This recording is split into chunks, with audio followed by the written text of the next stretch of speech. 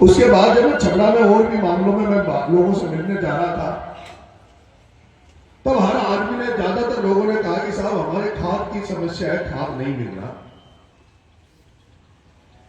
और ऐसे एक एक समस्याएं बहुत सारी आती है। मैंने तय किया कि अगर एक एक समस्या लेके मैं कहां तक ज्ञापन लेके, कहां तक कलेक्टर के पास जाऊंगा, मेरे पास तो कोई पद भी नहीं है जिससे मेरे को ये लोग ज्यादा तवज्जो दे। क्योंकि अगर मेरे को तवज्जो देते तो ये आप लोगों को, ये 12 में जो इतनी सारी समस्या है, ये समस्याएं खड़ी नहीं होती। लेकिन इनको पता है कि क्रोध होकर ये जो लोग समस्या लेकर गांव में, शहर में, अधिकारी ऑफिसों में जाते हैं, ये कहा 2 बार चक्कर काटेंगे, 4 बार चक्कर काटेंगे, और चक्कर काटने के बाद में थक हार कर घर बैठ जाएंगे। क्योंकि बैठे हुए कर्मचारी, अधिकारी भी इस बात को जानते हैं कि जो ऑफिसों में जो अधिकारी बैठे हैं उनकी इतनी साठगांठ उन नेताओं से, क्योंकि उन नेताओं के द्वारा ये अधिकारी लगाए गए हैं। और वो अधिकारी जानते हैं कि नेताओं के पास भी जाएंगे तो नेता हमारा पक्ष लेंगे, आम जनता का पक्ष नहीं लेंगे। ऐसे में एक एक समस्या को दूर करने की बजाय मेरे मन में विचार आया कि रोज रोज कहां तक इनसे लड़ेंगे। ये जो खाद की समस्या को लेकर, उसके अलावा आने वाली जो समस्या है, चाहे वो बिजली की समस्या हो, चाहे समर्थन मूल्य पर कांटे की समस्या हो, उन सारी तमाम समस्याओं को लेकर मैं कल अकेला शाम को 6 बजे यहां अपने बोरी बिस्तर लेकर आ गया कि जब तक कलेक्ट्री में बैठा रहूंगा, जब तक कलेक्ट्री में पड़ा रहूंगा, जब तक केवल छबड़ा नहीं, केवल अंता नहीं, कि छबड़ा और अंता के लोगों का तो मेरे ऊपर एहसान है। और अभी अभी अंता में मुझे जो 54,000 वोट दिए हैं, वो मुझे 54,000 वोट उन ईमानदार लोगों ने दिए हैं जिनके दरवाजे पे 10,000, 20,000 रुपए पर वोट का लालच देकर वोट खरीदने गए। लेकिन उन 54,000 अंता के उन ईमानदार लोग जिन्होंने उन पैसों को ठोकर मारी, उसी प्रमोद जैन भाई के पैसों को ठोकर मारी, उसी दलालों के पैसों को ठोकर मारकर 54,000 वोट मुझे दिया, ये मेरे ऊपर अंता की जनता ने एहसान करा। उन 54,000 ईमानदार, उन अच्छे लोग जो इस 12 की राजनीति में बदलाव चाहते थे, उन 54,000 लोगों का, उन छबड़ा के लोगों का, और केवल छबड़ा और अंता के लोग नहीं, बल्कि जो 12 और किशनगंज साहबा, जिनकी भावना यह थी कि एक लड़का लड़ाई लड़ने आया, ईमानदार लड़का लड़ाई लड़ रहा है, हमारी लड़ाई लड़ेगा। और जो मेरे समर्थन में जो लोग प्रचार करने आया, जिन्होंने मेरी मदद की, मेरा फर्ज बनता है, मैं इस 12 की धरती पर पैदा हुआ हूं, मेरा जन्म 12 में हुआ है, मैं अपने आप को 12 का बेटा मानते हुए 12 के लोगों की मदद करने के मन बनाकर इस कलेक्टर के दरवाजे पर आपके समस्याओं को लेकर यहां आया हूं। मैं जब 6 बजे यहां आया, 2 घंटे बाद में यहां खाद बीज के जो अधिकारी थे उनको बुला लिया गया। खाद के अधिकारियों को बुलाया, मेरे से यहां के पुलिस अफसर मेरे पास आए, उन्होंने कहा साहब वो खाद के अधिकारी आ गए, आप चलकर ऑफिस में बात कर लो। मैंने कहा मैं ऑफिस में बात नहीं करता, मैं बंद कमरे में बात नहीं करता, मैं यहां आया तो अधिकारी को मेरे पास भेजो, यहां सबके सामने वो बात करे, ताकि 12 की जनता को पता लगे कि नरेश मीणा गया, उसके बाद अधिकारी चेते, अधिकारी सोए हुए अधिकारी चेतने के बाद में खाद की व्यवस्था हुई। 2 घंटे बाद में आदेश आया कि 12 जिले में, राजस्थान में सबसे ज्यादा 2800 टन खाद उपलब्ध करवा दिया गया, खाद की रेकी भेज दी गई। लेकिन थोड़ी देर बाद में मैंने देखा, मैंने एक लाइन भी ये नहीं लिखी कि 12 में खाद भेज दिया गया है, मेरी वजह से खाद भेज दिया गया। मुझे दिखावापन नहीं आता, मैं तो जो करता हूं सड़क पे करता हूं, लोगों को सामने करता हूं। लेकिन मैंने एक लाइन नहीं लिखी, लेकिन किशनगंज का एमएलए लिखता है कि मैंने कृषि मंत्री को लिखा इसलिए खाद आ गया। बीजेपी का जिला अध्यक्ष लिखता है, सांसद साहब ने दुष्यंत सिंह ने लिखा इसलिए खाद आ गया। प्रमोद जैन भाया लिख रहा कि मैंने लिख दिया लेटर इसलिए खाद आ गया। मैं धन्यवाद दूंगा प्रमोद जैन भाया, दुष्यंत सिंह और उस नरेश सिकरवाल, ललित मीणा को कि मेरे वजह से नहीं, तुम्हारे लेटर लिखने की वजह से ये 12 का खाद आया है। मैं तुम्हें धन्यवाद दूंगा। धन्यवाद दे रहा हूं ललित मीणा तुझे, धन्यवाद दे रहा हूं दुष्यंत सिंह तुझे, धन्यवाद दे रहा हूं प्रमोद जैन भाया तुझे कि तुम्हारी वजह से इस 12 की जनता को खाद मिल गया। लेकिन मैं आह्वान कर रहा हूं तुम लोगों से कि केवल खाद की समस्या नहीं है। ललित मीणा, दुष्यंत सिंह, नरेश सिकरवाल, प्रमोद जैन भाया, राधेश्याम बैरवा, प्रताप सिंह सिंघवी, अरवा उर्मिला जैन भाभी प्रमुख, जिला प्रमुख नरेश मीणा, तुम्हें धन्यवाद दे रहा है कि तुम्हारी वजह से 12 की जनता को खाद मिल गया। लेकिन नरेश मीणा इस धरने में तुम्हारा आह्वान कर रहा है, तुम्हें बुला रहा है, आ जाओ मेरे साथ इस टेंट में। और वो जो अभी भी 30 समस्याएं 12 में बची हुई है, अभी भी जो फसल बीमा का पैसा किसानों को नहीं आया, जैसे तुमने खाद के लिए लाइन लेटर लिखा, उस फसल बीमा के पैसों के लिए भी लेटर लिखो। हम धन्यवाद देंगे कि तुमने कम से कम फसल बीमा का पैसा भी दिलवा दिया। मैं इंतजार कर रहा हूं, मैं वेट कर रहा हूं। मैं तुमसे आह्वान करता हूं, प्रताप सिंह सिंघवी, मदन दिलाव, जितने भी नेता है तुम लोगों से पूछ लो, आ जाओ मेरे साथ बैठ के मांग रोड से 12 की टूटी हुई सड़क को बनवा दो। आ जाओ मेरे साथ, जो ये समस्याग्रस्त लोग बैठे हैं इनकी समस्या को दूर करवा दो। ये बहन बेटी है, इधर आओ, वो कहां गई हो? इधर आओ, तुम आओ पहले, ये तुम आओ एक बार, तुम बैठो एक बार, ऊपर आ जाओ। ये छिपावड़ों से है, छबड़ा से। मैं कभी जिंदगी में इनसे मिला नहीं, कल ये लोग मेरे पास लड़ से मिले। इनके आप देख रहे होंगे, इनको कैंसर हो रखा है, इनको कैंसर हो रखा है। कैंसर की बीमारी कैसी होती है आप जानते हो? कैंसर की बीमारी कैसी होती है आप जानते हो? इसको कैंसर हो रखा है, इसका इलाज करवाने के लिए इसकी पत्नी ने पूरा गेड़ा घाटा एक सुधार के गेड़े रख दिया ताकि पैसा मिल जाए, इसका इलाज हो जाए। और सोने की रेट बढ़ गई, चांदी की रेट बढ़ गई। और जब सोने की चांदी की रेट बढ़ गई तो उसके रेट के साथ साथ, उस कीमत के बढ़ने के साथ साथ उस सुधार की नीयत भी खराब हो गई। सुधार की नीयत भी इनके गेड़े घाटे को खाने की हो गई। कई दिनों से चक्कर काट रहे थाने में, तहसीलों में कि हमारा गेड़ा घाटा दिलवा दो। जिसका पति कैंसर का मरीज हो, जिस घर में कैंसर का मरीज हो और जिसके पास इलाज का पैसा नहीं हो, और जिस पैसे की उम्मीद के साथ किसी ने अपना गेड़ा काटा, किसी दुकान में धर दिया, और अब वो दुकानदार भी साला बेईमानी कर रहा हो और वो पुलिस उसकी रक्षा कर रही हो, पुलिस उससे पैसा खाके इसको अगर इसका गेड़ा गेटा नहीं लौटाएगी तो इसका इलाज कौन करवाएगा? बताओ, कौन है इसका धनी? एक बहन मेरे पास आई,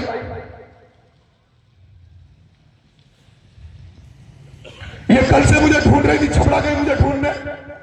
इसको पता लगा नरेश मीणा धरना देकर कलेक्ट्री में बैठा है, ये मेरे पास आई। इसके परिवार में 70-80 बीघा जमीन है। इसका ससुर डीलर है, डीलर जो राशन बेचते हैं, जो राशन में दलाली करते हैं, इसका ससुर डीलर है। लेकिन वो ससुर, वो निकम्मा ससुर, और इसका देवर जिसकी इसकी नीयत खराब है इसकी जमीन को हड़पने की, 70 बीघा जमीन में से केवल इसने 10 बीघा जमीन अपने घर में से ली। ये महिला जो उसका पति, जिसका पति अनफिट है, पूरी तरह मानसिक रूप से सक्षम नहीं है, उसने 10 बीघा जमीन में इसने सरसों बोई। वो वीडियो होगा मेरे भाई, 10 बीघा। अगर कोई मीडिया वाले, वैसे तो आते नहीं है मेरे को, 2-3 मीडिया वाले, अन्नू भाई दिख रहा है, एक भाई लक्ष्मी जी नागर साहब दिख रहे हैं। मैं 12 के मीडिया वालों तुमसे कह रहा हूं, देख लो, इस नजारा देख लो, 12 की धरती में 12 के पीड़ितों का नजारा देख लो। इस बहन ने 10 बीघा जमीन बोई, 10 बीघा खेत में सरसों की जमीन, सरसों की फसल बोई। एक दिन इनके घर में कहीं शादी थी, शादी में चले गए 22 तारीख को, पिछली 22 तारीख को। आज 27 तारीख है, 5 दिन पहले ये सरसों बोल किसी शादी में चली गई। इसके ससुर और उसके 4-5 लोगों को ले जाकर रात के समय पूरी सरसों में जो हम लोग घास फूस को मारने की दवाई छांटते हैं, इसकी 10 बीघा की सरसों में पूरी वो दवाई छिड़क दी और पूरी सरसों को नष्ट कर दिया। 10 बीघा की सरसों को इसको नष्ट कर दिया। ये महिला थाने में जाती है, महिला थाने में जाती है, थाने में कोई कार्रवाई नहीं होती। और कार्रवाई वो इसका ससुर कहता है, अभी तो तेरी सरसों को नष्ट किया है, ज्यादा नाटक करेगी, इधर उधर भागेगी तो तुझे भी मार देंगे। ये महिला कल रोती हुई मेरे पास आई, इसके साथ ये महिलाएं आई है। ये इसकी गवाही है, ये इसकी गवाही है कि हम इसके साथ, इस बच्ची के साथ गलत हो रहा है, इस बेटी के साथ गलत हो रहा है। अगर कल ये बेटी आत्महत्या कर लेगी, अगर ये बेटी कल प्राण दे देगी तो उसका जिम्मेदार कौन होगा? मैं बारा की जनता से पूछना चाहता हूं। अरे इसका जिम्मेदार, अगर इसने प्राण दे दिया, मर गई, तो इसकी हत्या का केस केवल इसके ससुर पे नहीं लगेगा, इसकी हत्या का केस केवल इसके देवर पे नहीं लगेगा। ये अगर मर गई तो इसकी हत्या का दोष इस कलेक्टर पे, एसपी पे तो लगेगा ही लगेगा। पर अगर जो लोग, बारह के लोग मेरी बात को सुन रहे हैं, अगर इस बच्चे को न्याय दिलाना है, इस बेटे को न्याय दिलाना है, तो इस धरने में बारह के लोग बिना बुलाए, बिना निमंत्रण के आ जाना है। और अगर नहीं आए, इनके साथ कुछ अनहोनी होती है, ये मरते हैं, तो उसमें प्रशासन के साथ साथ, इनको लूटने वालों के साथ साथ मैं बारा की जनता को भी दोषी मानूंगा। क्योंकि बारा की जनता अब तक दोषी इसीलिए दोषी है क्योंकि इन चोरों को चुनाव जिताती, जो चोर इन गरीबों को मारने का काम कर रहे हैं, जो इन गरीबों को खून चूसने का काम कर रहे हैं, गलत अधिकारी लगाकर इनको लूटने का काम कर रहे हैं। क्या मैं गलत हूं? क्या हमारा दायित्व नहीं बनता? सब लोगों का, बारा की जनता का दायित्व नहीं बनता? क्योंकि अगर मैं लड़ रहा हूं, बहुत सारे कागज आ गए, ये कागज अब तक आए, ये शिकायतें आई हैं, ये शिकायतें आई हैं। मेरे पास क्या है? मैं किस दम पर बात करूं कलेक्टर से, किस दम पर बात करूं एसपी से, मैं किस दम पर बात करूं कलेक्टर से, किस बात पर बात करूं कलेक्टर से? अगर तुम्हारा बेटा एमएलए होता, तुम्हारा बेटा एमएलए होता तो टेंट टूट नहीं लगाता। और प्रमोद जैन भाया चोर, और प्रमोद जैन भाया चोर, और वो जो यहाँ नेता एमएलए एमपी बनकर बैठे हैं वो चोर। जब वो बिना किसी टेंट के, बिना उसके आने के बाद भी कलेक्टर के ऑफिस में घुस जाते हैं, कलेक्टर उनको चाय पिलाता है, एसपी उनको चाय पिलाता है। जब बिना धरना दिया, बिना टेंट लगाए उनको जब अंदर जगह मिल जाती है, बिना एक लेटर लिखने पर अगर खाद मिल जाता हो तो उनको धरना देने की जरूरत नहीं पड़ती। और वो तो धरना भी केवल नौटंकी करने के लिए देते हैं, वो केवल अखबार में छपने के लिए धरना देते हैं। पहली बार यह धरना जनता की सेवा करने के लिए धरना दिया जा रहा है। अगर नरेश मीणा एमएलए बन जाता, नरेश मीणा एमएलए बन जाता तो ये धरना नहीं, नरेश मीणा धरना नहीं देता। नरेश मीणा तुम्हें परेशान नहीं करता, नरेश मीणा कभी तुम्हें परेशान नहीं करता कि तुम नरेश मीणा के धरने में आना। फिर तो नरेश मीणा ठोकर देकर इस गेटों में घुस जाता, और फिर नरेश मीणा पर इन पुलिस वालों की, इन प्रशासन की औकात नहीं होती कि मेरी गिरबान पे हाथ डाल दे, मेरे शर्ट पे हाथ डाल दे, क्योंकि तब मैं एमएलए होता। लेकिन मैं अभी तो तुम्हारी तरह हूं, तुम्हारी तरह हूं। मैं तो केवल तुम्हारे लिए लड़ाई लड़ सकता हूं। और मैंने कहा था चुनाव में कि मैं पिपलोदी के बच्चों के लिए बिना जात पात देखे लड़ सकता हूं। 25 साल से बिना जात पात देखे मैं लड़ रहा हूं। तो एक बार मुझे मौका देना, हारत की राजनीति को बदल दूंगा। लेकिन मुझे कोई फर्क नहीं पड़ता, चुनाव का हारने का, जीतने का परिणाम से कोई फर्क नहीं पड़ता। अगर बारा की जनता इस धरने में मुझे आशीर्वाद दिया, क्योंकि समस्या चंद लोगों की होगी, लेकिन उसका असर पूरे 12 में आने वाले समय में पड़ेगा। अगर आज इनको हमने निजात दिला लिया, इनकी समस्या को दूर कर दिया, तो कल आने वाले समय में किसी को भी थाने तहसील के चक्कर नहीं काटने पड़ेंगे। अगर इस कलेक्टर को, एसपी को ये समझ में आ जाएगी कि 12 में राजनीति बदल रही है, 12 में जनता के लिए लड़ने वाले नेता खड़े हो रहे हैं, तो ये दोबारा किसी के साथ घात पाप नहीं करेंगे। इसलिए समय है खड़ा होने का, लड़ाई लड़ने का। मैं यहां बैठा हूं, आया था जब केवल एक खाद की समस्या लेके आया था, जब लेकर एक खाद की समस्या लेके आया था, लेकिन अब मैं यहां बैठा रहूंगा जब तक जिनकी वाजिब समस्या है, जो वाजिब समस्या जब तक कलेक्टर एसपी इन वाजिब समस्याओं को दूर नहीं कर देते, तब तक नरेश मीणा इस कलेक्ट्री में बैठा रहेगा। सारे लोग साथ रहे तो भी ठीक है, और 12 का कोई आदमी नहीं आया तब भी नरेश मीणा तो अकेला भी यहां बैठा रहेगा, क्योंकि मैं उन्हें वचन दिया था और उस वचन की पालना में मैं यहां बैठा हूं। आपको पता है शायद, मुझे बहुत लोग प्यार करते थे, चुनाव में बहुत दूर दूर से मेरे लिए खुद का डीजल बढ़ा के गाड़ियां फूंक तोड़ तोड़ के यहां प्रचार करने आए थे। शादी ब्याह का समय है, मेरे दो ऐसी शादियां हैं। एक तो सपोर्टरा में मेरा छोटा भाई लाला नाम का लड़का, जिसकी 29 तारीख को शादी थी, 25 लाख की स्कॉर्पियो निकलवाई, 25 लाख की स्कॉर्पियो गाड़ी निकलवाई, घर वालों से पूजा करने नहीं गया, माँ से पूजा, गाड़ी की पूजा नहीं करवाई, नई गाड़ी निकला के सबसे पहले वो अंता में मेरा प्रचार करने आया, और उसकी शादी है 29 तारीख को। एक मेरा भाई मन्नू, जिसकी बहन की शादी है धौलपुर, जो पिछले 20 साल से मेरे साथ मेहनत करता है, काम करता है। लेकिन मैंने रात को जब उनसे बात करी तो दोनों भाइयों ने कहा, भाई साहब हमारी शादी में तो हम कर लेंगे, लेकिन कम से कम आपने जब धरना दे दिया तो जिन लोगों के लिए आप लड़ाई लड़ रहे हो कि लड़ाई को पूरा करके आना। मैं उनको धन्यवाद दूंगा, आभार व्यक्त करूंगा कि मेरे ऐसे ऐसे साथी हैं जो मेरी भावनाओं को समझ सकते हैं, आपकी समस्याओं के बारे में सोचकर उन्होंने मुझे परमिशन दी कि मैं आपकी लड़ाई लड़ूं। मैं चाहता तो आपको, क्या मेरे पास संख्या की कमी है? अगर मैं चाहता पीले चावल बांटता, लोगों को इकट्ठा करता, माहौल बनाता, तो पैर रखने की जगह कलेक्ट्री में नहीं रहती। हमने तो पहले भी किया है। लेकिन मैं तो ये भी चेक करने के लिए अकेला बैठा हूं धरने पे। जैसे जयपुर में पिपलोदी के मामले में गया, तब भी अकेला गया था। जब नरेश मीणा पिपलोदी के बच्चों को न्याय दिलाने गया, तब केवल अकेला 5 बकरियां लेके गया था, लेकिन मेला लग गया था जयपुर में। आज यहां भी अकेला आया हूं।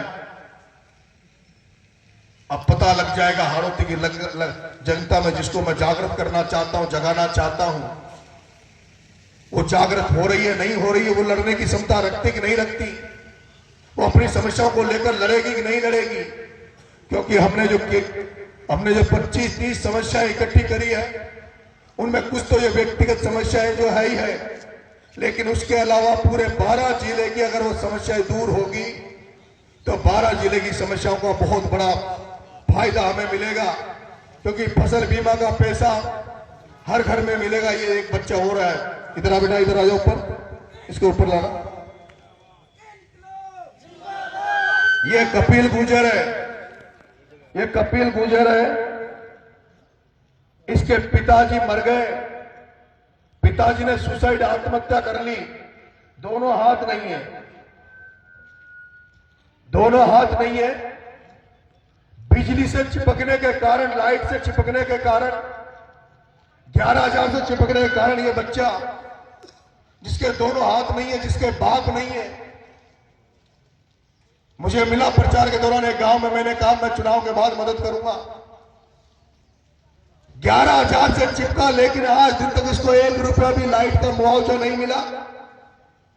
नरेश मीणा और आप लोग चाहोगे तो इस बच्चे को मुआवजा दिलाकर यहां से हटेंगे। मुआवजा मिलना चाहिए कि नहीं मिलना चाहिए? हाथ खड़ा करो, मिलना चाहिए कि नहीं मिलना चाहिए? आप लड़ोगे इसके साथ? ऐसी तमाम समस्याएं, ये 3 मामले तो आपके सामने हैं।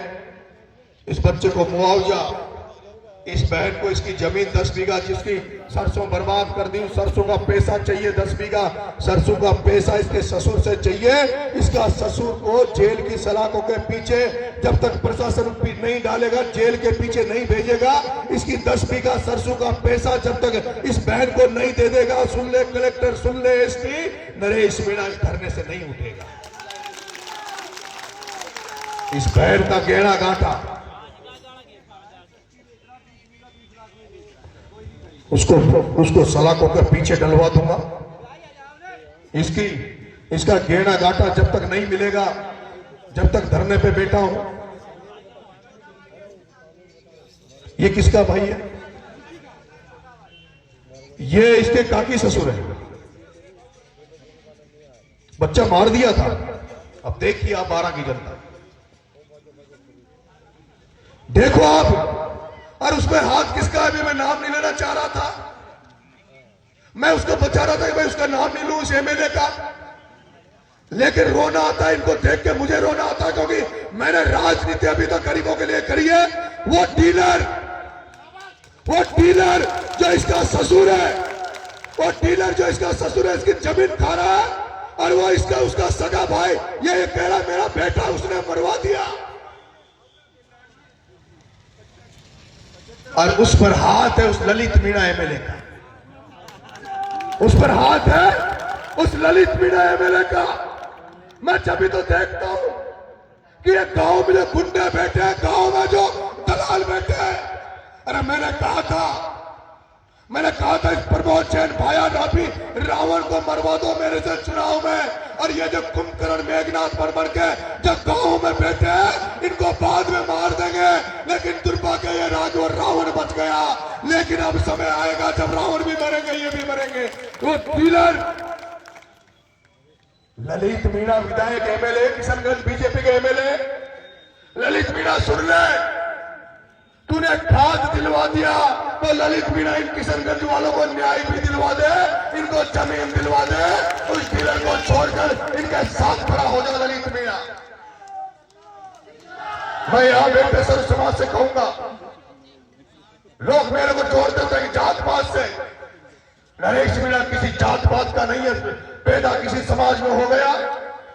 मेरी जाति गरीबों की सेवा करना, गरीबों की सेवा करना मैंने अपना धर्म बना रखा है। और इसमें मैं चाहता हूं कि सारे लोग मेरी मदद करें और इस धरना का समर्थन करें, धरने को आशीर्वाद दें। अगर ये समर्थन एक दिन का समय, कुछ समय निकालकर आप लोग, क्योंकि धरना एक दिन नहीं चलेगा, धरना जब तक ये समस्याएं खत्म नहीं होगी जब तक चलता रहेगा। लेकिन अगर आपका आशीर्वाद, आपकी ताकत मुझे मिलती रही तो मेरे अंदर जज्बा रहेगा, हौसला रहेगा, आगे लड़ाई लड़ने का और मजबूत मन करेगा। क्योंकि सब कुछ आपके ऊपर है, जनता के ऊपर है। इस जनता की लड़ाई को आप सब लड़ेंगे, ऐसी मैं उम्मीद करता हूं। बहुत बहुत धन्यवाद। जो भी लोग समस्या लेके आ रहे हैं, जो भी लोग समस्या लेके आ रहे हैं, मेरे को समस्या बताने की जरूरत नहीं है। समस्या लेकर आ रहे हो, मेरे को समस्या बताने की जरूरत नहीं है। आप तो समस्या अपने कागज में निकलाओ और आकर इस धरने में बैठ जाओ, आकर इस धरने में बैठ जाओ। जब मेरे से प्रशासन बात करेगा कि तुम धरना उठा लो, तो मैं उस प्रशासन से कहूंगा आप अपना अधिकारी भेज दो, इनकी समस्या जान लो, इनकी समस्या दूर कर दो। अगर इनकी समस्या दूर हो गई तो मैं भी उठकर घर चला जाऊंगा। मुझे कोई जरूरत नहीं है मैं आपके ऑफिस में आकर चाय पीऊं या पानी पीऊं। इसलिए आपकी समस्या आपके मुंह के द्वारा अधिकारी को बता देना। भजन लाल जी सरकार, हमने सुना था गांव में सरकार जाती है, कैंप लगते हैं, और मैंने तो देखा है कि जयपुर में मैं अभी रोज देखता था, वहां का जो जयपुर का जिला कलेक्टर था, उस अभी कैंप लगाए और हजारों रास्ते जो बंद पड़े थे, खेतों के रास्ते, जो डिस्प्यूट थे, जो कब्जा करा रखे थे या रास्ते जाम कर रखे थे, उनको जयपुर के कलेक्टर ने जा जाकर सारे रास्ते खुलाए। और वो रास्ते टीवी पे भी आए थे, अखबारों में भी आए थे कि आज कलेक्टर ने जमुआ रामगढ़ में 200 रास्ते खुलवाए, आज कलेक्टर ने दूदू में रास्ते खुलवाए, आज चाकसू में रास्ते खुलवाए। मैं 12 के जिला कलेक्टर तोमर तुमसे कहना चाहता हूं, इस ऑफिस में बैठे रह करके एसी में, गर्म एसी में बैठकर गर्मी लेने से और केवल दुष्यंत और वसुंधरा की चमचागिरी करने से, बीजेपी की चमचागिरी करने से काम नहीं चलेगा। सड़कों पर निकलो, ग्राउंड पर निकलो, फील्ड में जाओ, समस्या सुनो, समस्या सुनो। मैंने देखा है कई शमशान घाटों के रास्ते नहीं है, खेतों के रास्ते नहीं है। इसलिए आप जो लोग समस्या ला रहे हैं उनको बहुत ही शॉर्ट रूप में 5 लाइन में लिख कर लाओ, केवल 5 लाइन में कि भाई हमारी ये समस्या है, हमें ये दिक्कत है और मैं बैठा हूं। लेकिन ऐसा नहीं है कि कल तक ये हमारी समस्या को सुन ले, समस्या सोल्व आउट हो जाए और कल के बाद भी परसों तरसों आएगी साहब वहां की समस्या रहेगी, तो मुथा की समस्या घर में जाओ तो पूछवा न जाओ। मां भी दूध जब पिलाती जब बच्चा रोता है, मां भी दूध बच्चों को तभी पिलाती जब बच्चा रोता है। अगर लगता है क्योंकि ये राजस्थान की जनता अदालत पहली बार कलेक्ट्री 12 में लग रही होगी, शायद ऐसा पहले बार राजस्थान में तो कहीं किसी ने नहीं देखा होगा कि एक व्यक्ति जनता को साथ लेकर कलेक्ट्री में जनता दरबार लगाए और जनता की समस्याओं को कलेक्टर के सामने रखे। ये जिला कलेक्टर और एसपी इसीलिए तो बैठे, ये भी जनसेवक है, जनता के नौकर है, मालिक बनने का प्रयास नहीं करे। ये कलेक्टर एसपी मालिक बनने का प्रयास नहीं करे, जनता के नौकर है और जनता के नौकर है तो नौकर बनने का अपना कर्तव्य फर्ज पूरा करें और फर्ज पूरा कर इनकी समस्याओं को सुनकर एक एक समस्या का निजात दिलाने का काम करें। ये आशा मैं इस प्रशासन से करता हूं। बहुत बहुत धन्यवाद। राम राम साहब।